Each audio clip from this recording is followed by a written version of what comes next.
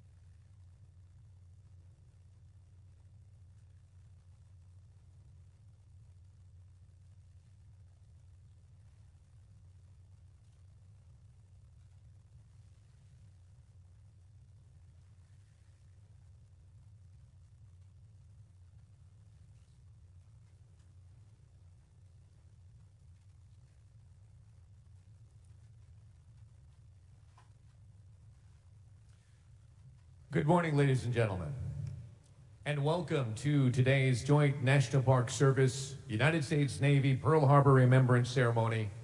My name is David Ono. I'm the co-anchor at ABC 7 Eyewitness News in Los Angeles, and it is my pleasure to serve as today's Master of Ceremonies. The theme of this 83rd anniversary ceremony is Forging Ahead.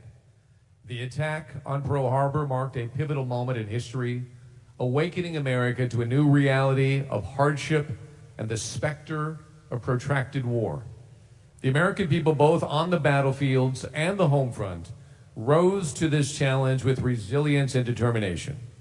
The adversity faced by those who served not only forged stronger individuals, but also united the nation with a collective resolve. This anniversary is a tribute to their unyielding spirit and the powerful sense of duty that propelled them to face and overcome insurmountable odds.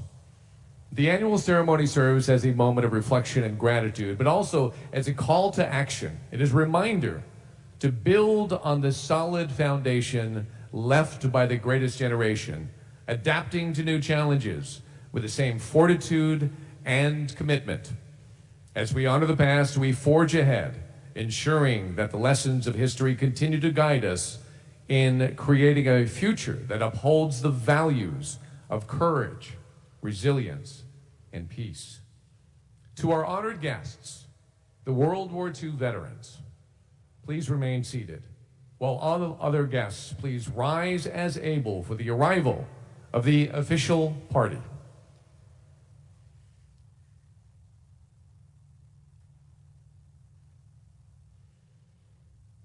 The official party for today's ceremony includes Miss Nikki Stratton, sponsor, USS Arizona.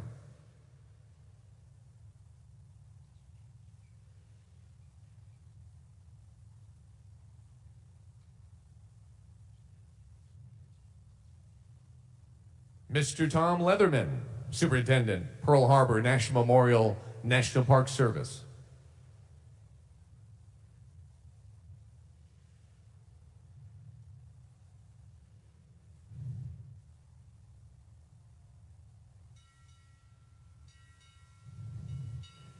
Navy Region Hawaiʻi arriving.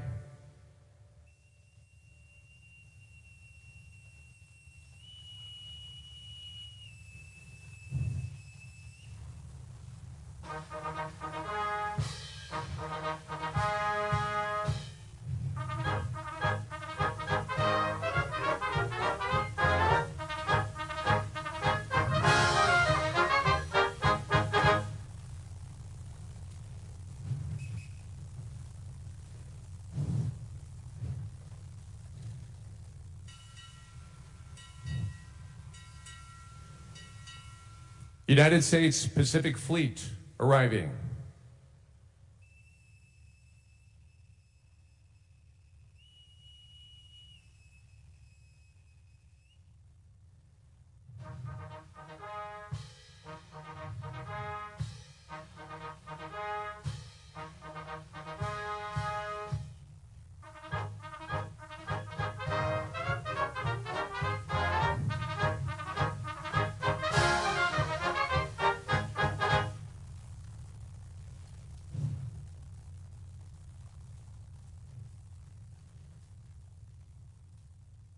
Side boys post.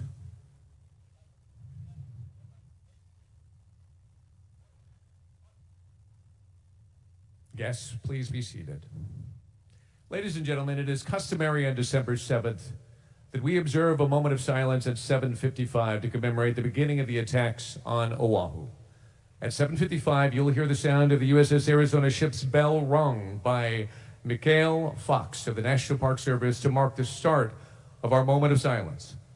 Completing the moment of silence will be F-22 Raptors from the 199th and 19th Fighter Squadrons, known as the Hawaiian Raptors, executing a missing man flyover formation just beyond the USS Arizona Memorial and over Ford Island in honor of those who lost their lives in the defense of our country on December 7th, 1941. Please remain seated as the flyover takes place. The gap in the formation symbolizes our fallen comrades and demonstrates to all that we will always remember their sacrifice. Ladies and gentlemen, at this time, please bow your heads as we observe a moment of silence to honor the events that occurred at this moment 83 years ago today.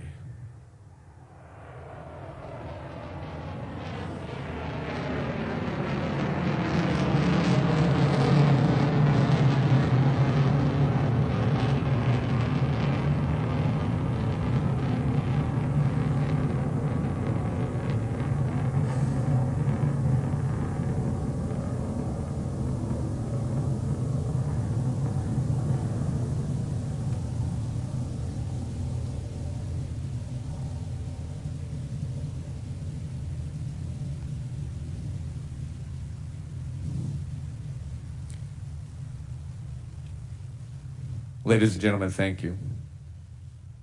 And our thanks to the 199th and the 19th Fighter Squadrons for participating in today's ceremony. Please rise as able for morning colors and the performance of our national anthem and Hawaii state song, Hawaii Pono'i, by the United States Pacific Fleet. Bugler, sound attention.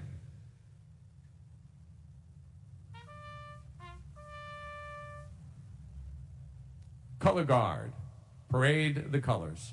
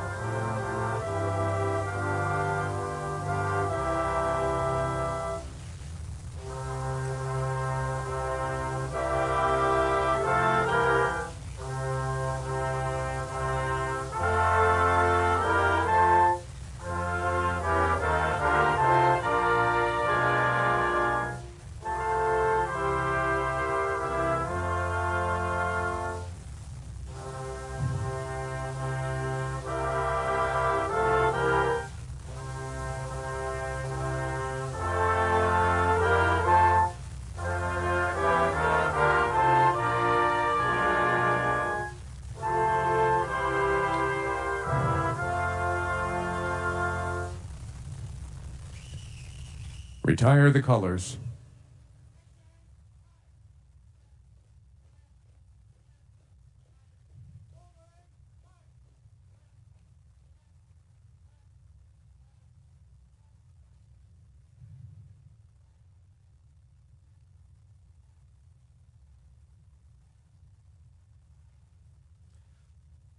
Guests, please be seated. For over 100 years, Pearl Harbor has served as America's hub for naval activities in the Pacific of the United States Navy, remains steadfast in the commitment to emulate the legacy of service represented by all of those who served here in December 1941.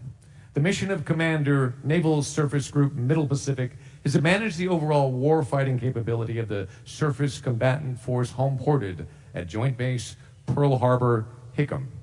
Coming into view, you'll see the guided missile destroyer USS Carl Levin with her crew lining the decks in the customary manning the rails formation. The crew of Carl Levin is proud to partake of the Pearl Harbor Remembrance, and Commanding Officer Brent J. Holloway, a native of Massachusetts, is honored to sail with his crew on this important day in national and naval history. It is customary for ships passing the Arizona Memorial to pay their respects by manning the rails. Today, in addition to rendering honors to the crew of the USS Arizona, still entombed in their watery grave, the Carl M. Levin will also render honors to the Pearl Harbor survivors and World War II veterans who have gathered with us today. This morning, we are honored to have with us Mr. Ira Schaub. On December 7th, 1941, Mr. Schaub was stationed on the USS Dobbin as a tuba player in the ship's band. During the attack, he fed ammunition to machine gunners on his ship. He is now the sole survivor from his band. Mr. Schaub plans to come back to the ceremony every year while he can to represent all those veterans who could not make it. Mr. Schaub will face the USS Arizona Memorial representing all World War II veterans and return the salute to the USS Carl Levin as they pass close aboard. In recognition of the passing on the legacy, Mr. Schaub will be joined in the contemplation circle by Civil Air Patrol Cadet Staff Sergeant Axel Timmer and McKinley High School Junior ROTC Cadet Major Eugene Morris. Mr. Schaub, hand salute.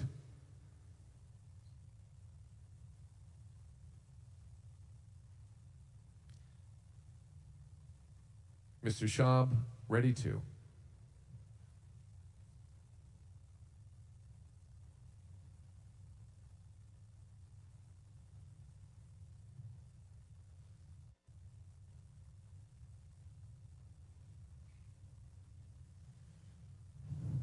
Carry on. The men and women seated before us at our gathering represent America's greatest generation. No one before them and no one since has been asked to answer the call to serve and sacrifice the way that they did between the years of 1941 and 1945. It is only fitting that we, the generations that followed, honor them for their example of faithful service. We thank you, Mr. Schaub.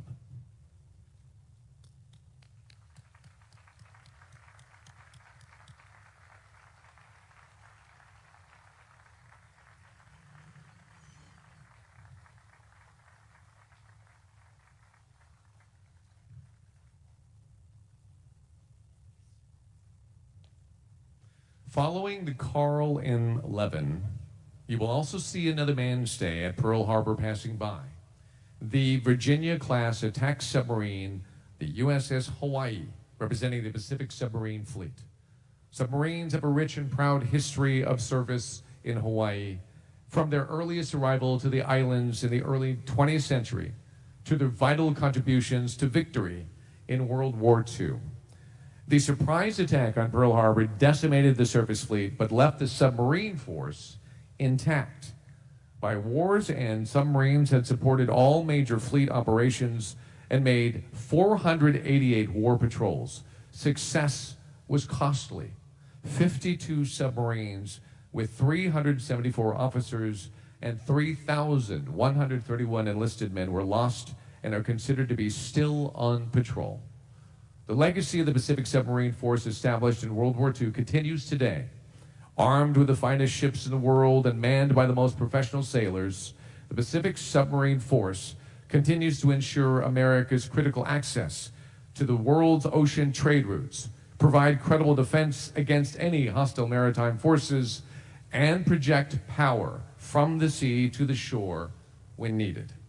America's submarine force embodies this year's theme of forging ahead. Several submarines now carry the names of ships sunk or damaged during the fateful event we commemorate today.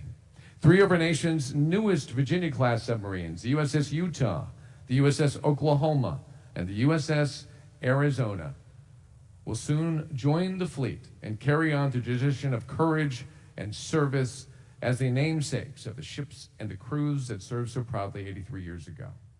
The USS Hawaii was named to recognize the tremendous support the Navy has enjoyed from the people and state of Hawaii, and in honor of the rich heritage of submarines in the Pacific. The USS Hawaii, also known as War Canoe, is commanded by CDR Daniel Jones.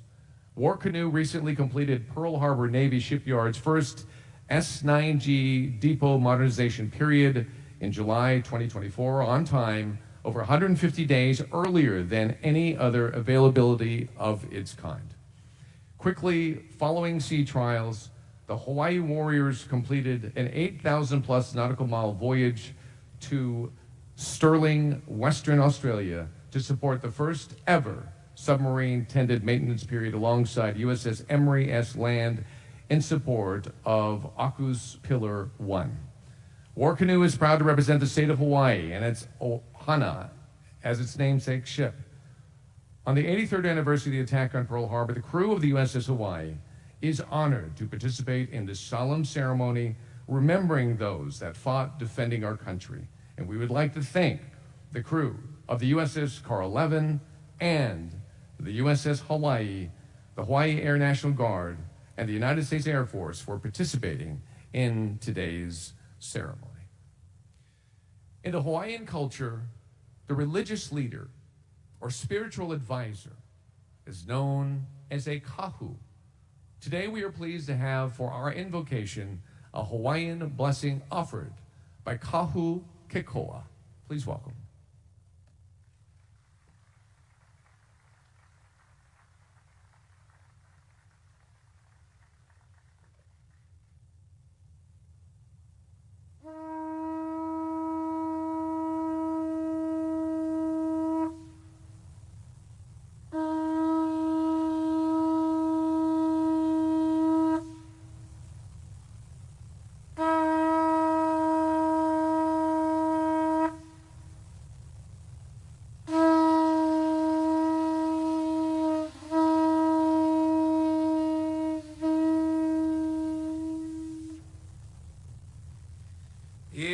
Aku ya Yehova I ka manawa o ko ola ana E ho ole ano ho I au e ke akua A I ko I hau hona o ho pena Aloha e Aloha mai Aloha e Mahalo ke akua me ke aloha pumehana E malama ho o mai kaku he malu mau Mahalo kia kua, on this day of remembrance of 83 years, kia kua, we come to not just honor and remember, but today begin to look forward, and as we forge ahead in the spirit of peace, of unity, of not just our countries, but of the world. E pule kako, will you pray with me, please? E ko mako makula ni piha me kia aloha mahalo yawai no ko launa panamai me mako I kia la. Kia kua, on this beautiful December 7th, may your aloha spirit continue to abide by everything that we do in Hawaii, and specifically here at Pu'uloa, what we know today as Pearl Harbor. Kia kua, entombed here in the USS Arizona. Kia kua, we ask your aloha spirit once again a blessing over all of those who have served our countries well. And so today we ask your aloha spirit as we imua, as we ho'omu, as we move forward, in love, in peace, in joy, in finding uikala and forgiveness and moving ourselves forward as a world. So may this be again a beginning place for all of us. We pule this blessing with much aloha on this December 7th, 2024. Amen no kia kua apau. Amen. Amen. Amen. Aloha and mahalo.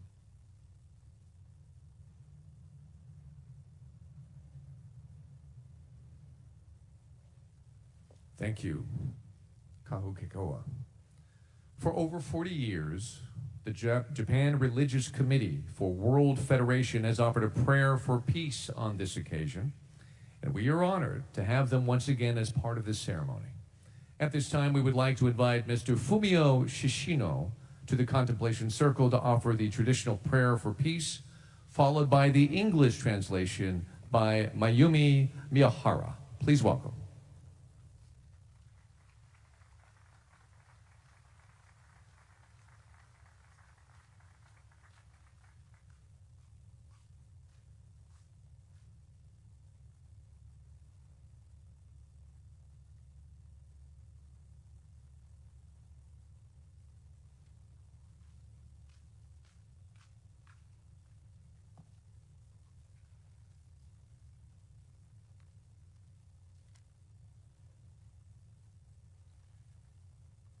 真珠湾攻撃から83年を迎える今日、日米両国間に勃発した不幸な戦争によってお亡くなりになった多くの御霊に対し謹んで哀悼の誠を捧げます。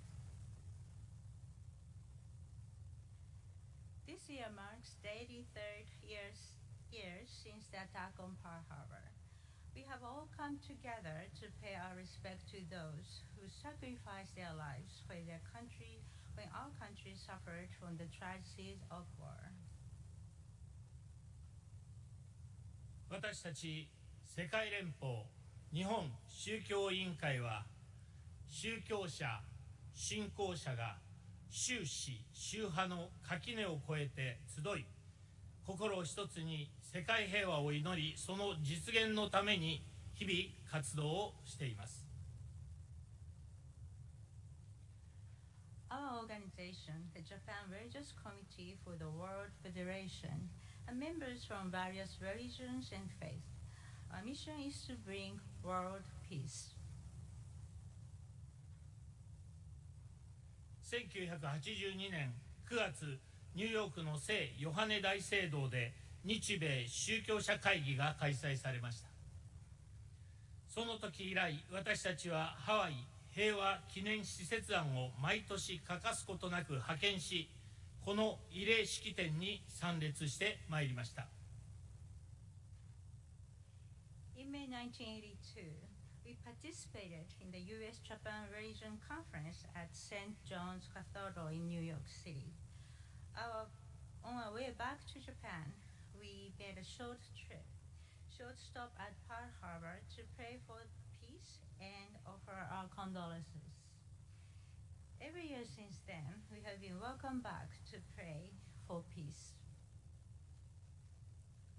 しかしながら、2019年12月より新型コロナウイルス感染症が世界中で猛威を振るい、3年もの長い間、この慰霊式典に参加がかなわない事態に至りました。人類未曾有の被害を出したコロナ禍を乗り越え、平穏な日々がまた訪れるかに思われましたが、いまだ世界は戦争や紛争、貧困、自然災害などさまざまな要因によって罪のない人々が大切な家族や友人を失い、多くの子どもたちが住む場所さえ奪われるといった悲惨な現実に直面しています。私たちは今こそ世界平和の実現に向けてさまざまな困難に力を合わせて立ち向かわなければなりません。Since December 2019, coronavirus has spread the world, which has made it impossible for us to participate for 3 long years. Though we expected peaceful days would come back again after the pandemic, the world still faces challenges.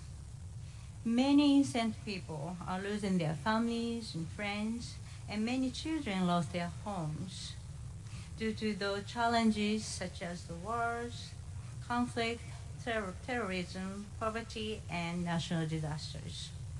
Now is a time for us to work together to face and overcome the hardships that we face.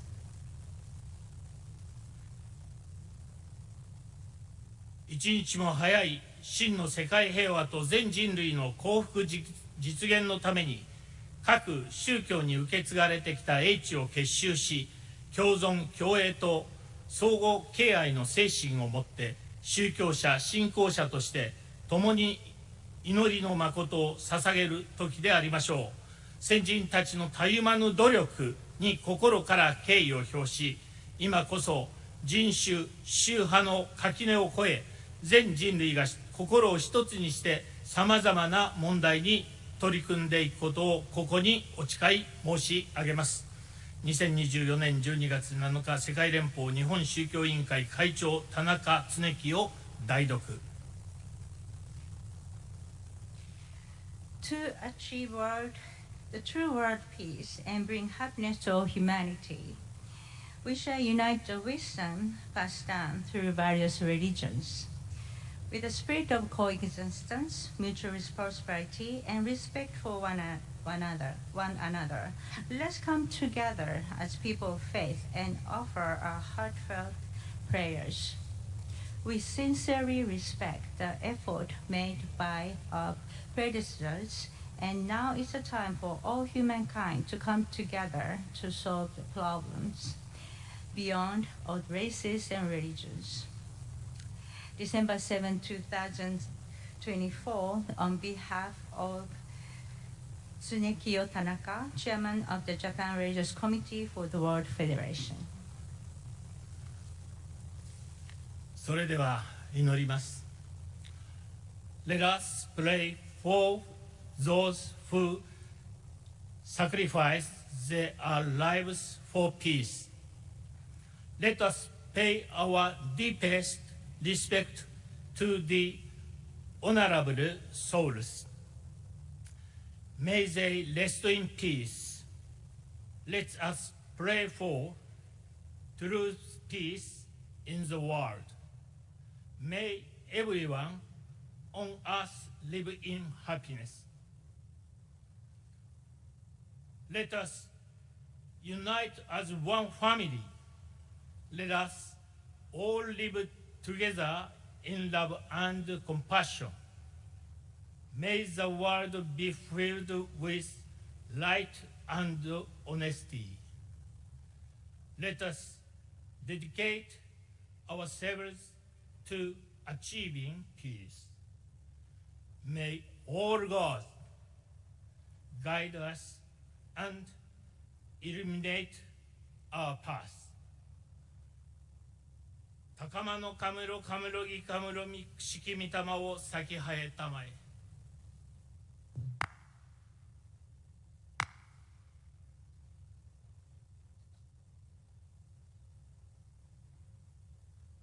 ありがとうございました。Thank you very much.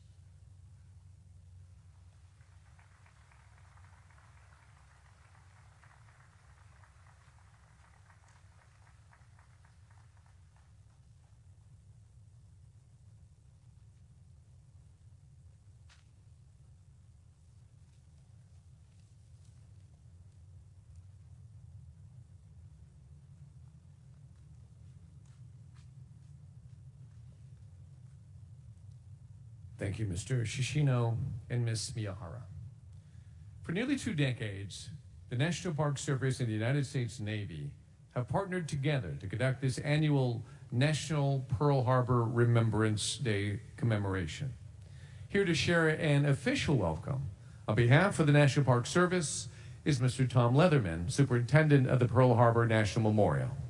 Mr. Leatherman has been working for the Department of the Interior for over 35 years, starting as an intern in college in 1989. Before moving to Hawaii, Mr. Leatherman served as superintendent at the 4 National Park Service historic sites in the San Francisco Bay Area, including Port Chicago Naval Magazine National Memorial and Rosie the Riveter World War II Homefront National Historical Park. In October of 2021, he arrived on Oahu as the permanent superintendent of the Pearl Harbor National Memorial. Ladies and gentlemen, please welcome Mr. Tom Leatherman.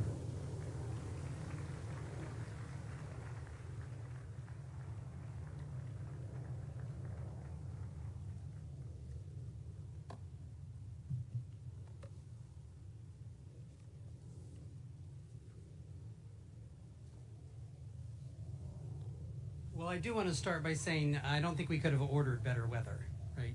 So We're thankful for that. So aloha and good morning. I want to open by acknowledging some of our dignitaries joining us today, including the Governor of Hawaii, the Honorable Josh Green, and his wife Jamie.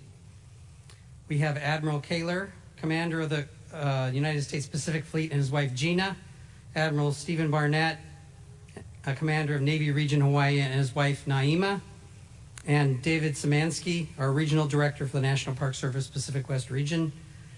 I'd also like to recognize the members of the Consular Corps and the Senior Executive Service. And lastly, I'd like to recognize all of the flag and general officers, additional elected and appointed officials, and community leaders. E komo mai. Welcome. It is an honor and a privilege to co-host the annual commemoration event on Pearl Harbor Remembrance Day. Even more an honor is getting to be in the presence of these amazing heroes to our country, the World War II veterans, and the Rosies and their families who have joined us today. I am grateful to you for your service and honored to be in your presence. Can we please give them a round of applause?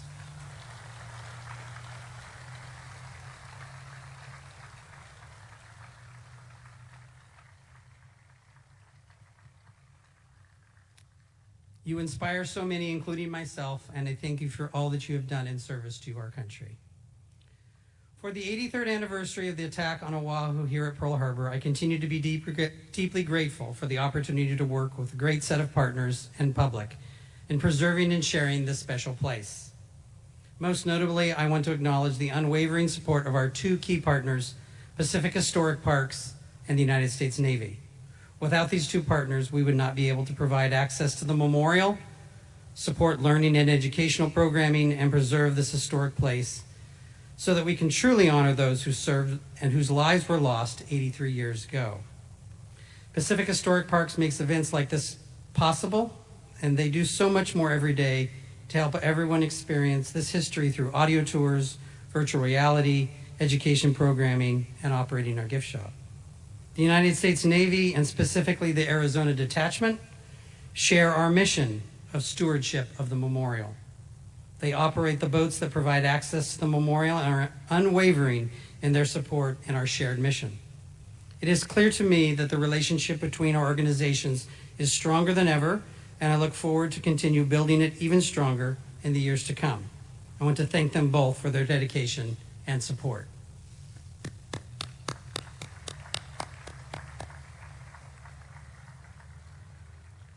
Lastly, I would be remiss if I did not thank and acknowledge the many staff from the National Park Service who work here every day, and some of whom have joined us just for this event, for their dedications and support for this special place. Without them, none of you would be able to visit and pay your respects.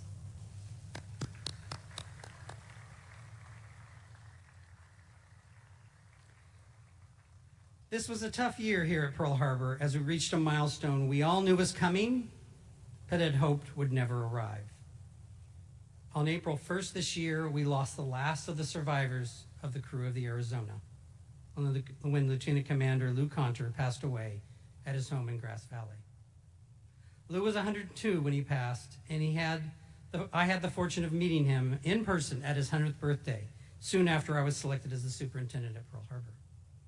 Although I did not know Lou well, it didn't take long to recognize his strength and humility and dedication to the history of this place and his time here. He was the consummate advocate of the often quoted phrase, "Remember Pearl Harbor," and had participated in this event through a recorded statement for the last few years when he was not able to join the commemoration in person. To his dying day, he wanted to make sure that we all remembered Pearl Harbor. And we are fortunate to have some of his family with us here today for us to remember him. So what do we do now? How do we move forward? Well, as I'm sure Lou and many of the other survivors would have said, we have to forge ahead and continue to ensure that we continue to remember Pearl Harbor. We need to be even more diligent to make sure that the stories, legacy, and diverse history of Pearl Harbor will be shared at this site and beyond for all time. We must never forget those who came before us and the events that led to this day 83 years ago, so that we learn from our history and hope that something like this will never happen again to anyone. To help us forge ahead here at Pearl Harbor, we're doing all that we can to make sure this place is taken care of and open to the public so that all can come and learn about this history. But it's equally important for you to keep sharing the stories of valor and sacrifice with your friends and family and instilling the sense of respect and inspiration in future generations. I challenge each and every one of you to make sure that those you know are aware of these stories of sacrifice and valor and contributions of those who served here. I ask you, as we forge ahead together, to be part of helping to never forget Pearl Harbor. Only then will we truly honor those who served here 83 years ago. It is my honor to be the superintendent here at Pearl Harbor National Memorial, and in my time, I will do everything I can to make sure we always remember Pearl Harbor. Mahalo.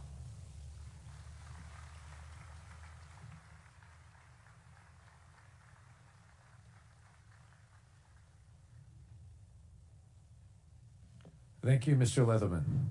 The National Park Service shares the honor of serving as caretakers of the history of this hallowed ground with the United States Navy. Here to share an official welcome on behalf of the Navy and to introduce our special guest speaker is Rear Admiral Stephen Barnett, Commander, Navy Region, Hawaii.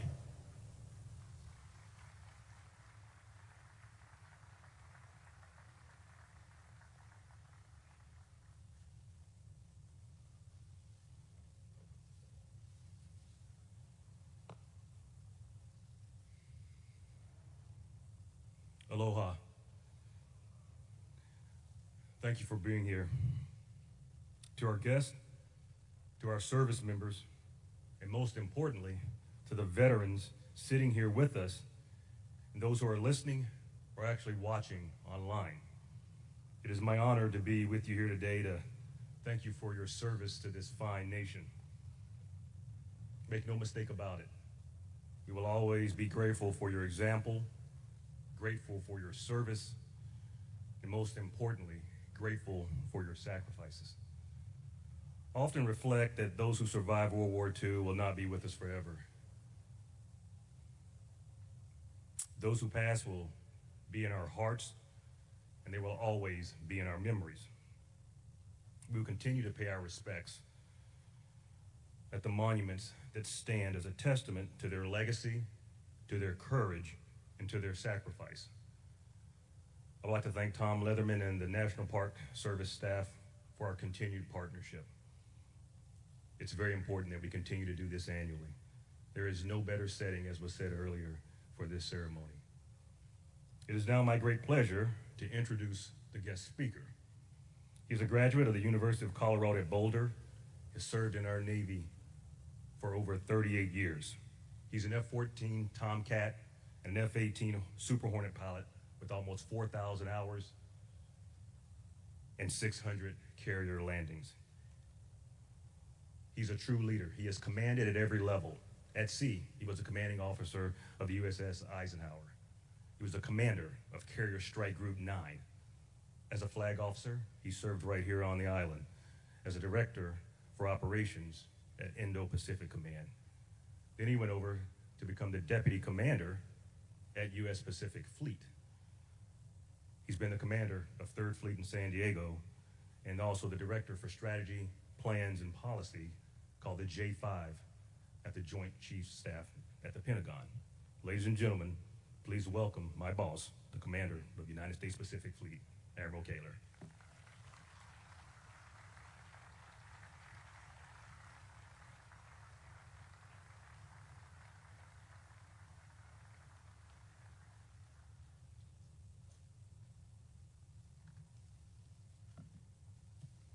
You know, I feel like he has to say that when he says he's my boss. He gave me all these really nice accolades.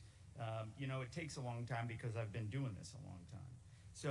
So aloha, everyone, and what an honor it is to be here this morning, here at Pearl Harbor with the backdrop behind me.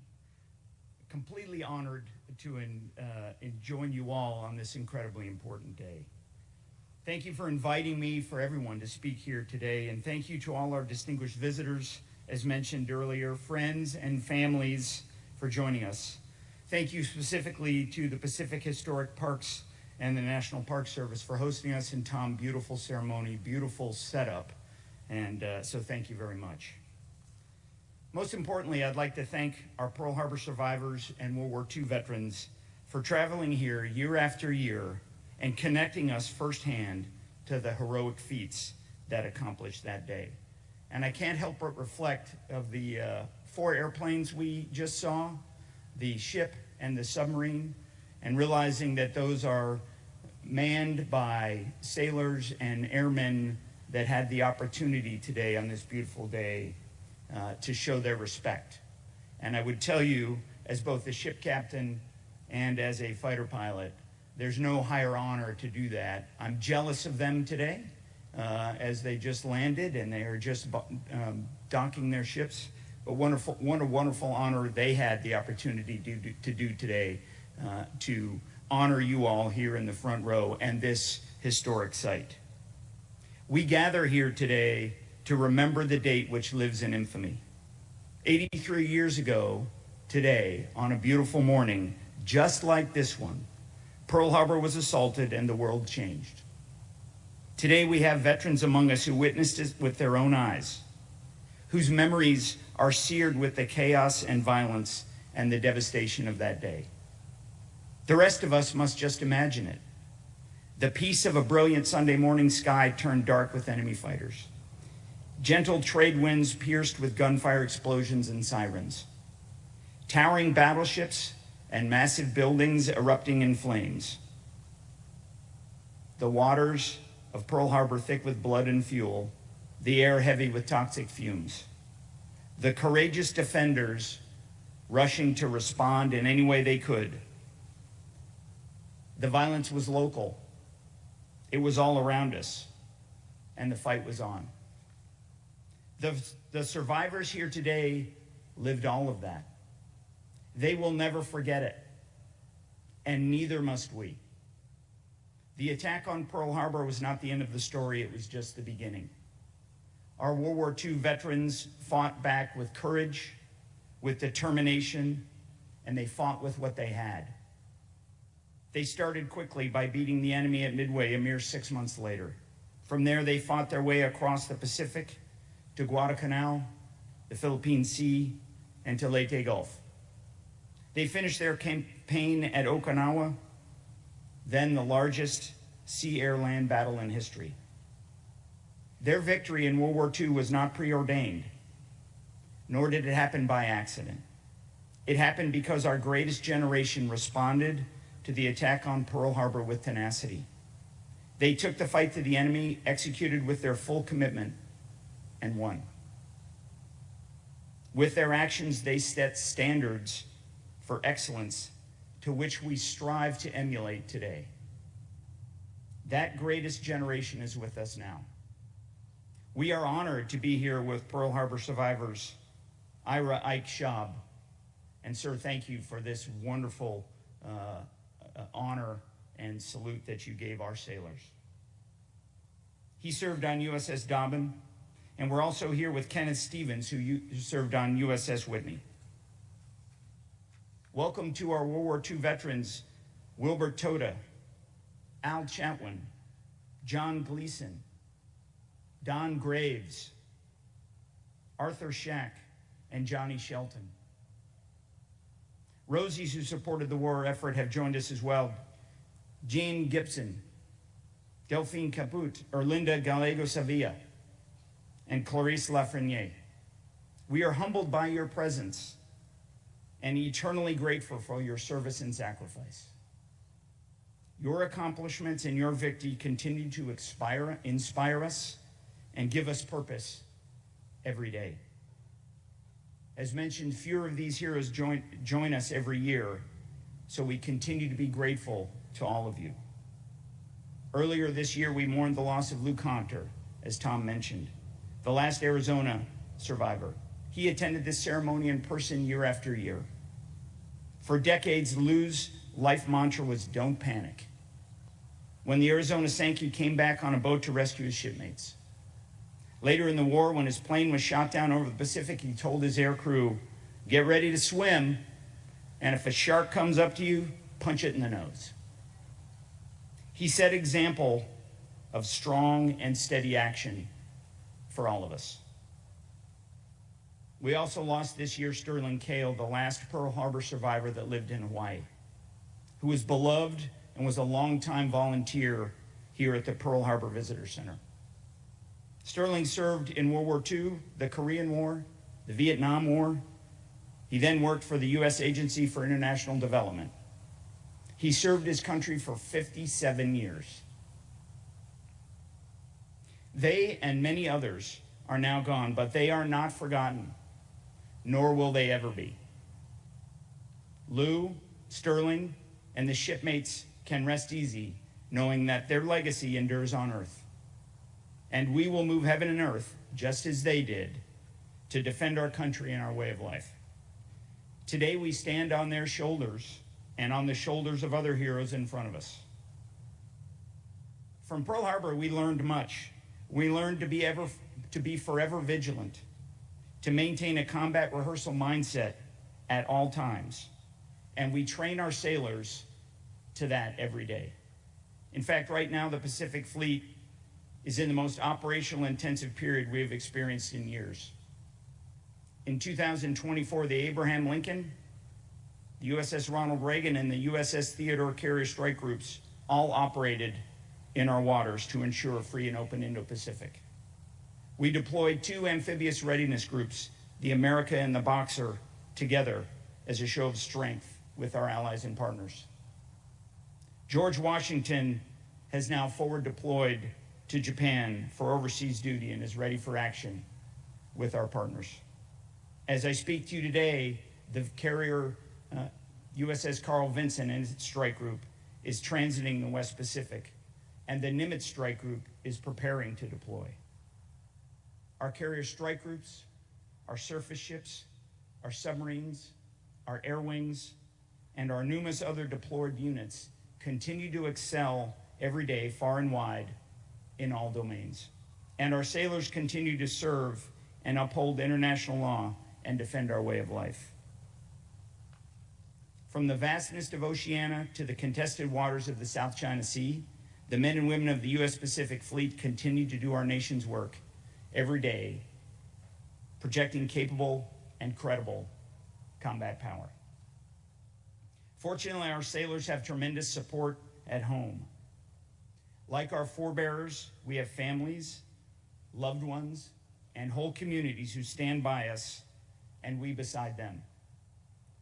Many of you are in the audience today, and we must always remember to take care of our families and our neighbors, because they take care of us, just as they did 83 years ago. We cannot do what we do without you.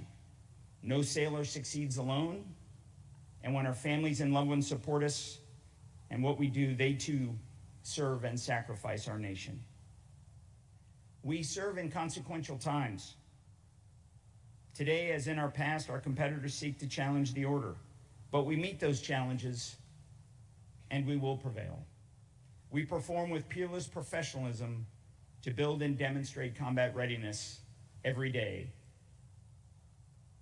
And we maintain the tenacity and integrity for the fight.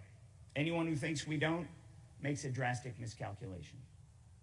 To the greatest generation, I promise you, we will never forget the example you set and the excellence you demonstrated.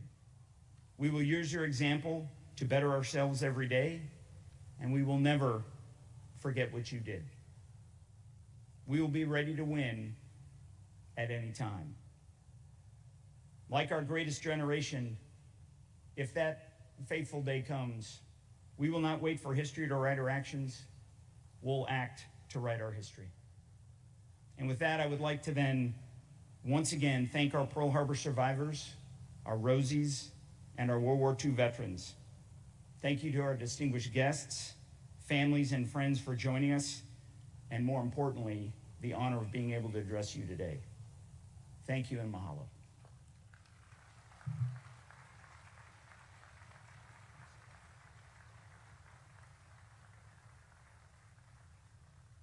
Thank you, Admiral. Now I would like to introduce our keynote speaker, Miss Nikki Stratton. Nikki Stratton, a Colorado Springs native, is the youngest granddaughter of Donald G. Stratton, a heroic survivor of the USS Arizona during the attack on Pearl Harbor. She graduated from Washington State University in 2007 with a Bachelor of Education, and she began her professional journey as a college basketball coach at Washington State University and the University of Wyoming before transitioning into the private sector. Currently, she serves as Director of Strategy for a small MarTech company. In 2020, Nikki was deeply honored to be appointed by the Secretary of the Navy as a sponsor of the future USS Arizona SSN 803, a nuclear submarine and the first vessel to bear the Arizona name and a powerful symbol of remembrance for the 1,177 men lost aboard the USS Arizona BB-39. Nikki plays an active role in shaping the legacy SSN 803, ensuring it serves as a living tribute to the courage and dedication of those who sacrificed their lives at Pearl Harbor. Ladies and gentlemen, please join me in a warm welcome for Miss Nikki Stratton.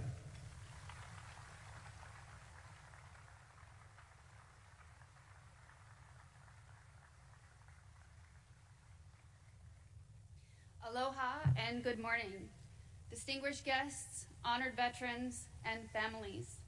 It is a privilege to stand before you today as a member of the Stratton family, a family whose story is forever entwined with the legacy of Pearl Harbor and the enduring spirit of the USS Arizona.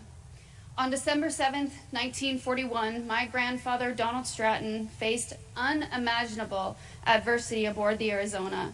His survival was a testament to the grit, compassion, and loyalty of those who fought beside him and risked everything to save others. Today, as we look toward the future with the commissioning of the USS Arizona SSN 803, we honor that same determination, the belief that we can do hard things, whether overcoming great tragedy, carrying forward cherished legacies, or embracing the joy of remembrance and progress. These values form the foundation of this submarine's mission and symbolize the indomitable spirit of the men and women who serve our nation. Together, we will ensure that the sacrifices of the past inspire the promise of the future. The attack on Pearl Harbor was a moment of profound tragedy, but also a turning point in history. The days that followed, Americans faced a stark choice: succumb to despair or rise to the challenge. The generation that lived through those days chose to rise up, tackling even the most difficult tasks, rebuilding not only ships and fleets, but most importantly, their faith in humanity and their fortitude to secure a brighter future.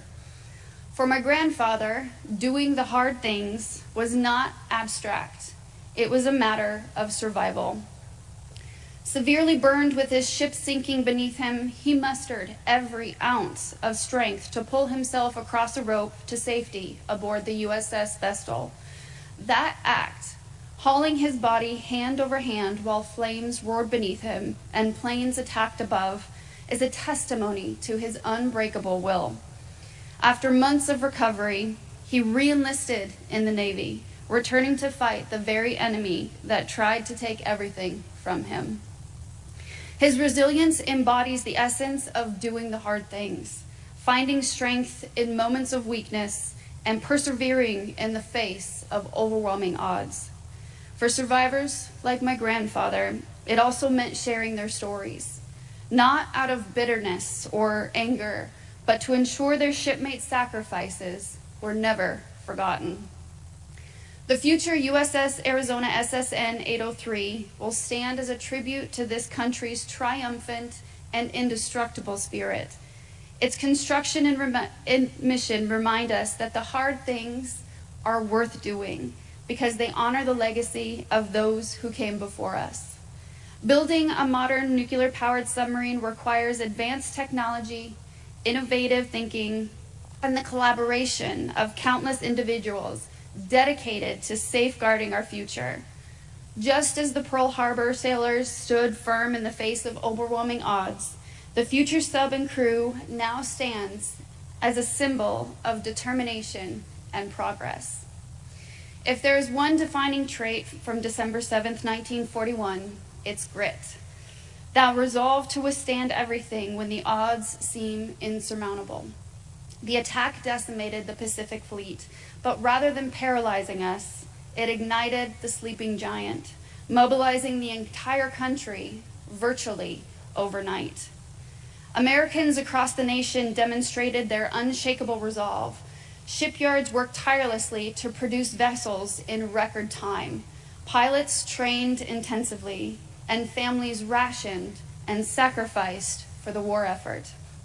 The grit of that generation is exemplified in the efforts like raising the USS West Virginia, which was repaired and sent back into action, or the USS California, refloated, modernized, and returned to battles to fight at Leyte Gulf. These monumental undertakings symbolize the nation's refusal to surrender, even under the direst of circumstances. For my grandfather, grit became a way of life. Severely burned on over 65% of his body, he faced a choice no 19-year-old should ever have to make: succumb to the flames or fight for survival. Crossing the rope was an act of absolute stubbornness. Despite the pain of burned hands gripping a rough line, he pressed forward, traversing near the length of a basketball court, all driven by the will to live. That singular moment of grit defined not only his survival, but also the legacy he carried for the rest of his life. The future USS Arizona represents the determination to honor the past while forging ahead.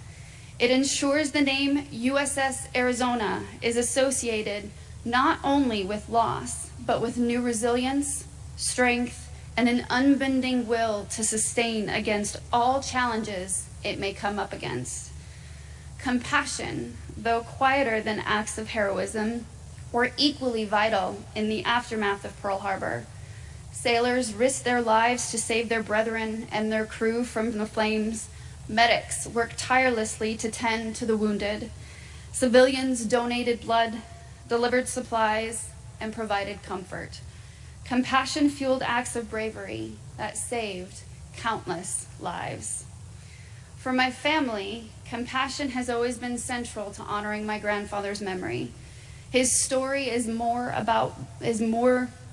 than bravery or resilience. It's about the relationships he forged and the gratitude he carried for those who cared enough to act. Joseph L. George, the sailor who threw the rope that saved my grandfather and 5 others, embodied that compassion. Joe defied orders to cut the lines to the burning USS Arizona, instead choosing to throw a rope to my grandfather stranded on the platform.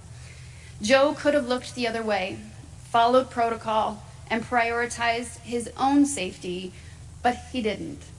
His compassion led him to act, and in doing so, he gave those 6 men a chance to live.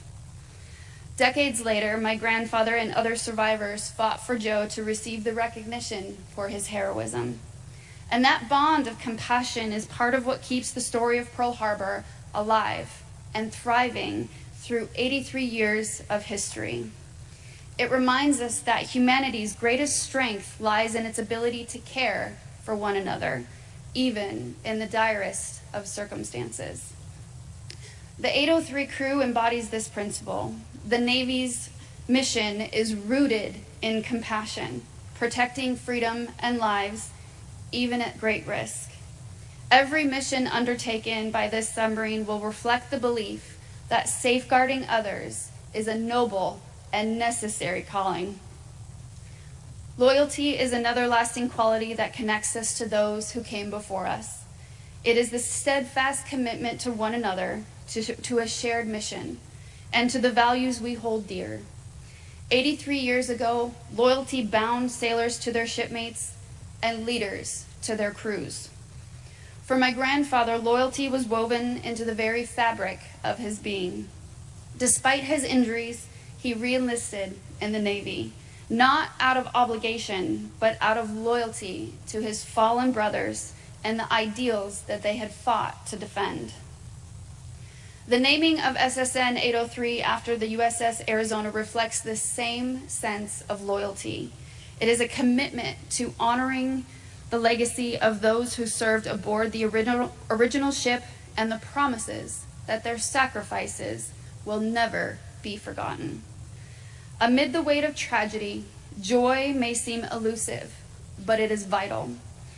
Joy gives us strength to persevere, the capacity to celebrate life, and the ability to honor those we've lost by cherishing the world they fought to protect. For my grandfather, joy was not the absence of hardship, but the ability to embrace life despite it.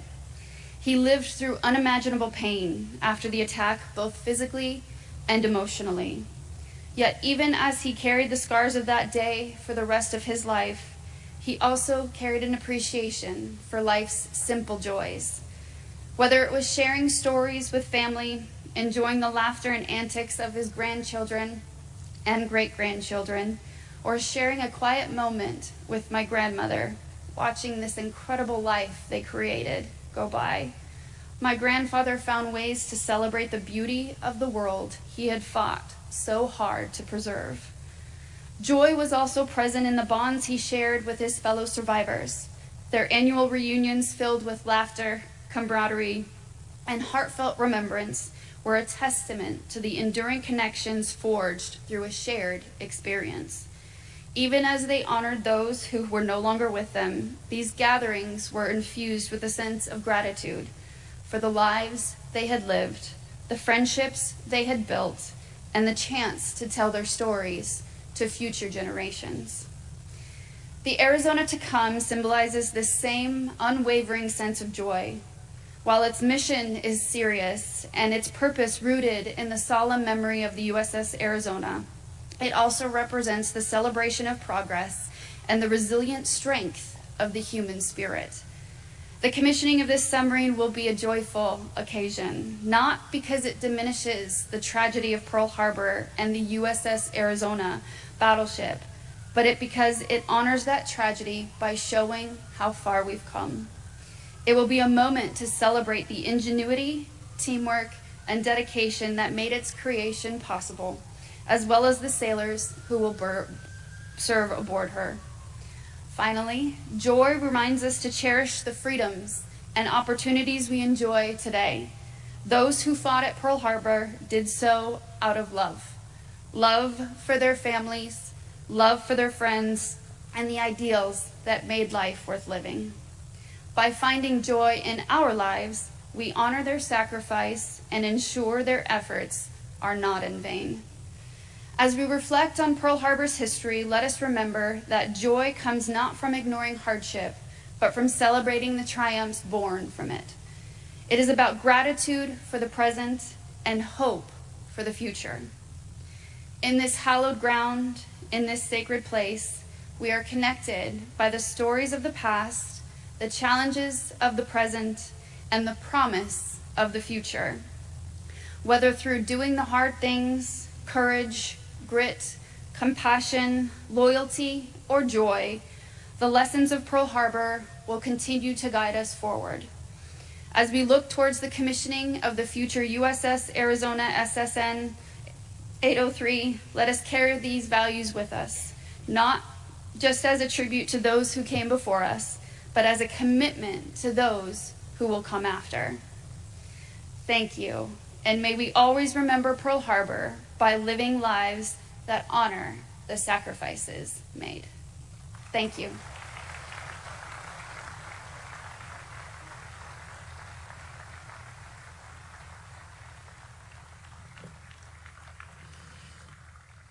Thank you, Miss Nikki Stratton. So this morning, we will place wreaths to honor the territory of Hawaii, Army, Marine Corps, Navy, Air Force, Space Force, and Coast Guard. The wreaths will be presented by active duty and Guard service members, National Park Service Rangers, and this year, in keeping with the theme of passing on this enduring legacy to our future generations, the wreath presenters will be joined by members of the local McKinley High School Junior ROTC, cadets of the Civil Air Patrol, and the cadets from the Junior ROTC unit of Campbell High School. The wreaths you're about to see presented are an expression of our gratitude and a symbol of our unending appreciation of service and sacrifice. Today, with these wreaths, we honor all the heroes, military and civilian, who lost their lives on December 7th, 1941. This formation, moving from the Remembrance Circle, which preserves the names and memories of each American who lost their lives on December 7th, represents our past and present. It honors those who fought in the name of freedom 83 years ago and recognizes the veterans and current active duty members who continue to serve our country with honor, courage, and commitment. The wreaths will be placed in the contemplation circle as an indelible reminder of the legacy of these service members and civilians, and the hope that every future generation never forgets the many sacrifices that make freedom possible. The bell from the USS Arizona will sound in honor of the sacrifice of each service. We remember the territory of Hawaii.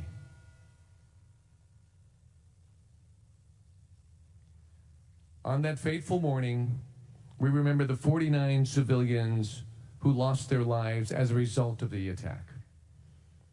As a base for all of the military services, the then territory of Hawaii and its citizens played a major role in one of history's greatest salvage and repair efforts, quickly restoring most of the damaged ships and expediting their return to the fleet.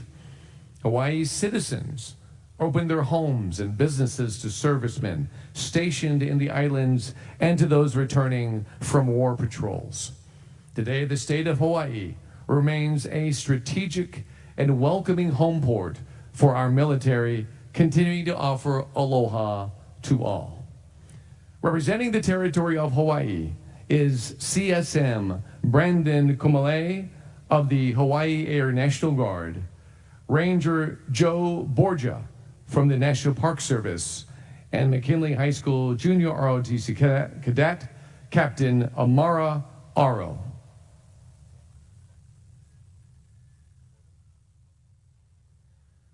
We remember the United States Army.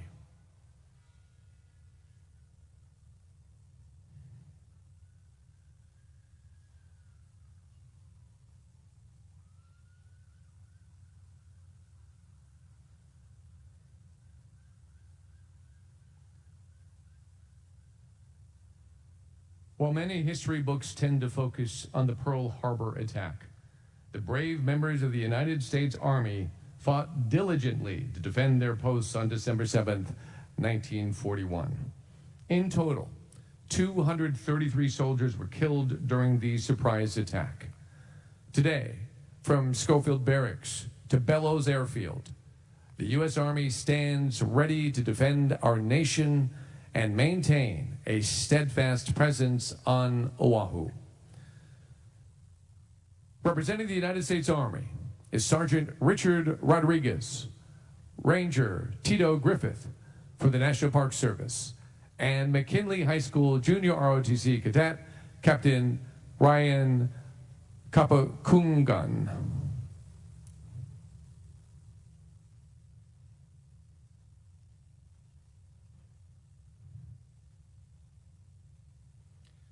We remember the United States Marine Corps.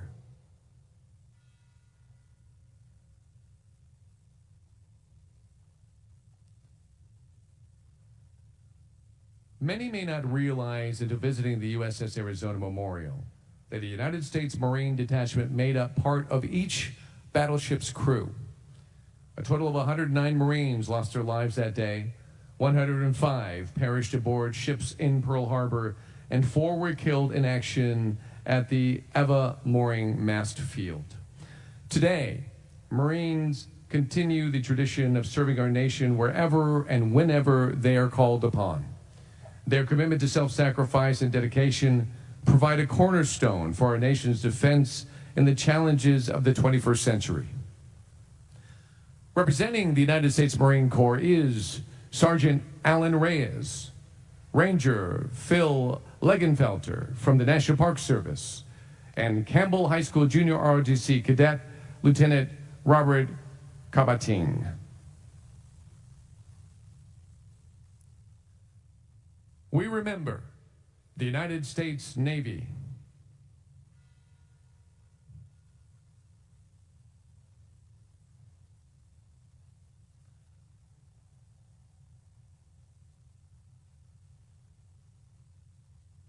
(1,999) sailors lost their lives in the December 7th attacks on Pearl Harbor and Naval Air Station Kaneohe Bay.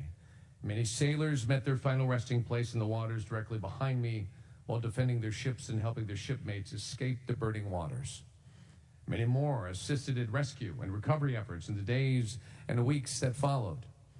The sailors of today's Navy continue to serve with honor, courage, and commitment to protect our nation's interests at sea. Alongside America's allies and partners, they stand ready to provide maritime defense, preserve economic prosperity, and keep the seas open and free. Representing the United States Navy is BM2 Jesse Moore, Ranger Daniel Dapais from the National Park Service, and Campbell High School Junior ROTC Cadet Lieutenant Commander Juliette Castone.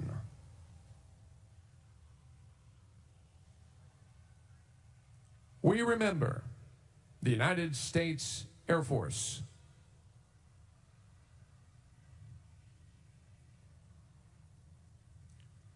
Though not yet in service in 1941, the United States Air Force was formerly referred to as the Army Air Forces, and here on Oahu as the Hawaiian Air Force.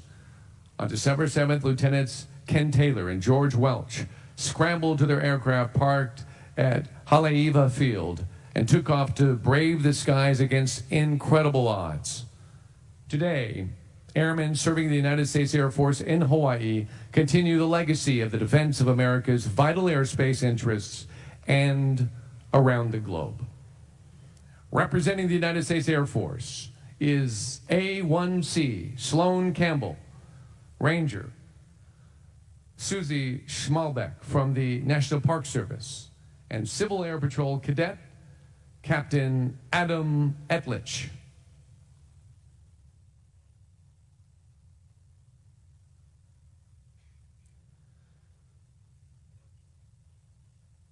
We remember the United States Space Force.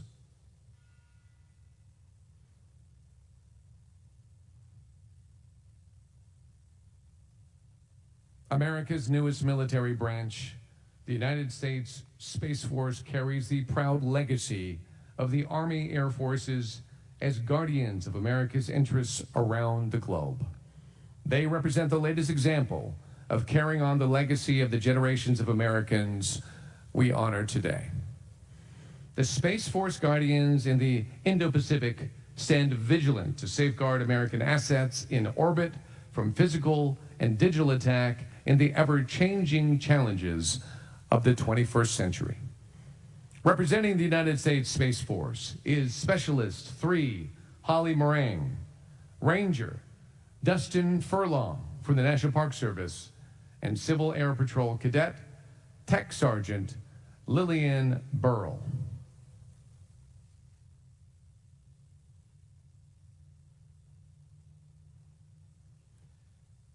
We remember the United States Coast Guard.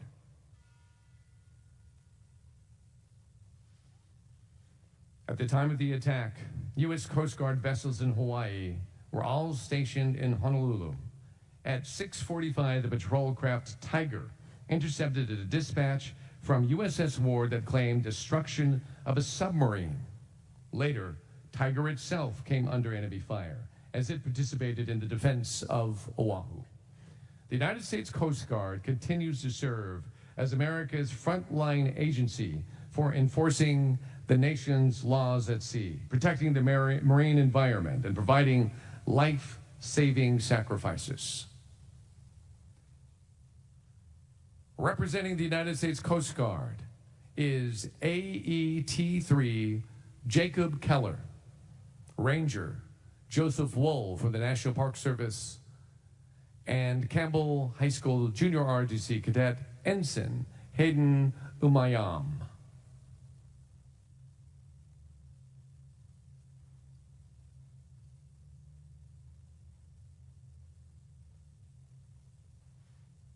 At this time, the wreath presenters representing today's generation of veterans will salute the greatest generation for their service and their legacy.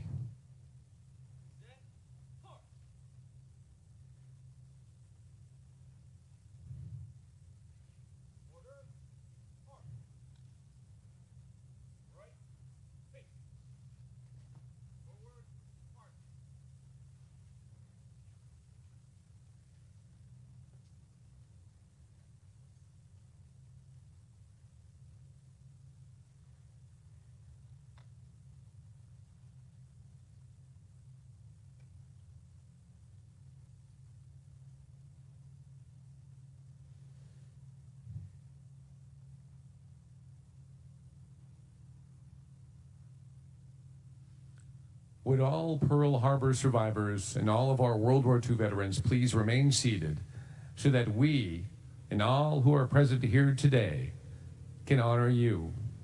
We acknowledge that on December 7, 1941, and in the years that followed, you executed your duties at your posts and weathered the storm of war.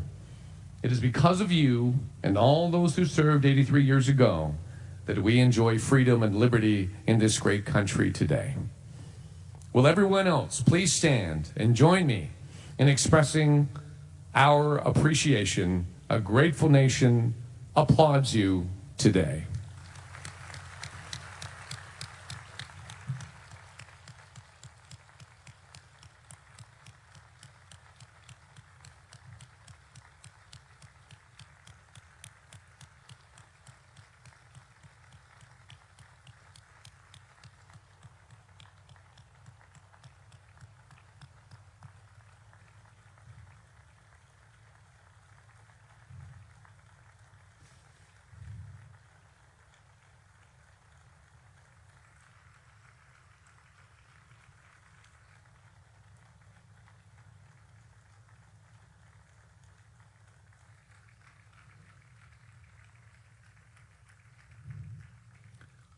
Ladies and gentlemen, please remain standing for the benediction and the Marine Corps rifle salute.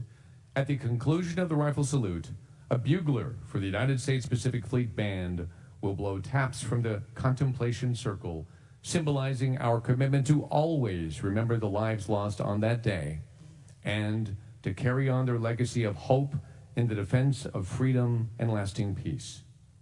Captain Gary Thornton, Navy Region Hawaii Chaplain, will now offer the benediction.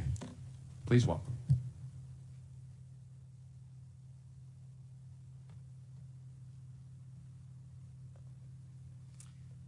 Aloha and good morning, ladies and gentlemen. Please join me in this prayer of benediction. Let us pray.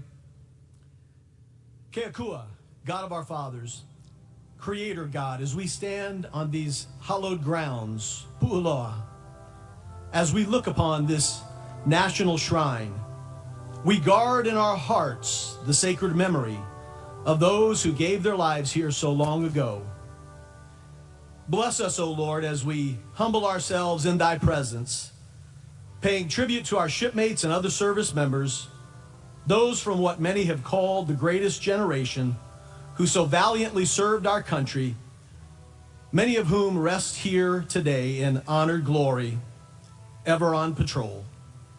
Amidst the peace and tranquility of this place, we pledge to remember their heroism on the 7th of December, 1941. We will never forget the courageous exploits and the incredible legacy of those who made the supreme sacrifice, who paid the ultimate price along with those who survived, was not in vain. At a moment's notice, they, soldiers, sailors, airmen, Marines, and yes, Coast Guardsmen, defended America's freedom. Those who died paid the ultimate price, demonstrated and upheld America's fighting spirit. Immortal One, we give you thanks today for those brave souls. Almighty God, you declared that no greater love hath any man than to lay down his life for friends. May we each and every one be willing to follow their example when duty calls. May we embrace and embody that same warrior ethos, all the while praying for the day when our enemies become our friends, when our swords shall be beaten into plowshares and our spears into pruning hooks. A day when nation shall not lift up sword against nation, neither shall they learn or wage war anymore. Eternal Father, until that glorious day, and as we prepare to depart this place and forge on, we ask that you would bless us and keep us, that you would make your face to shine upon us and be gracious unto us, that you would lift up your countenance upon us and grant us your peace. This we ask in your most holy, mighty, matchless, and wonderful name. Amen.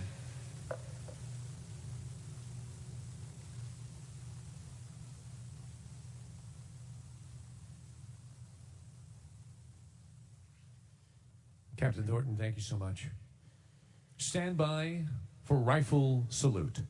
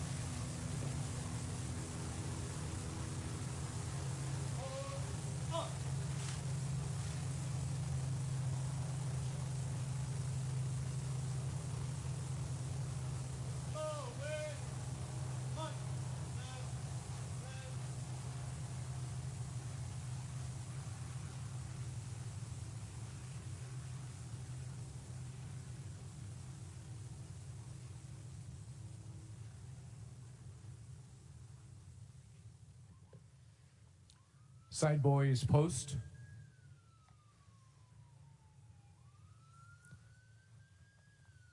On behalf of the National Park Service of the United States Navy, thank you for attending today's observance of the 83rd anniversary of the attack on Oahu, and for continuing to remember and honor the sacrifices made by those who served here December 7th, 1941.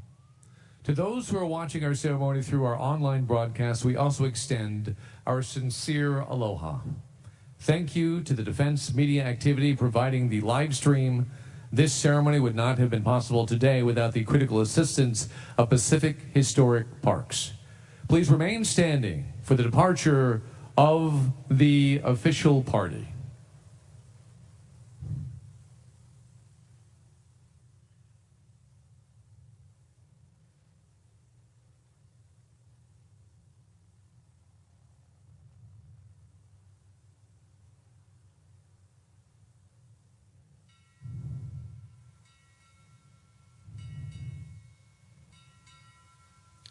United States Pacific Fleet departing.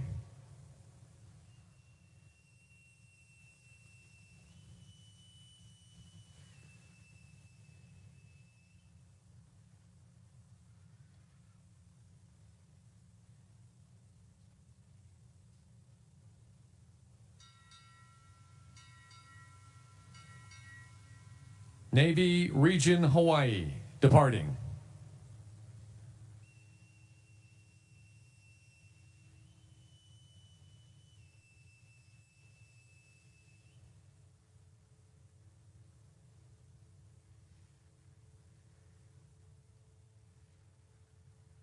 Mr. Tom Leatherman, Superintendent, Pearl Harbor National Memorial, National Park Service, departing.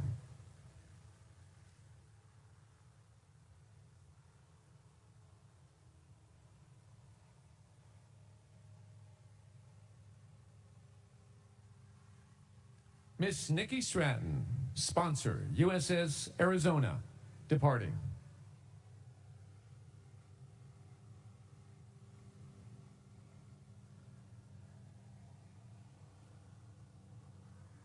Ladies and gentlemen, this concludes our ceremony. Please take a moment to meet our veterans in attendance and offer a personal expression of gratitude for their service, their sacrifice, and for giving us the opportunity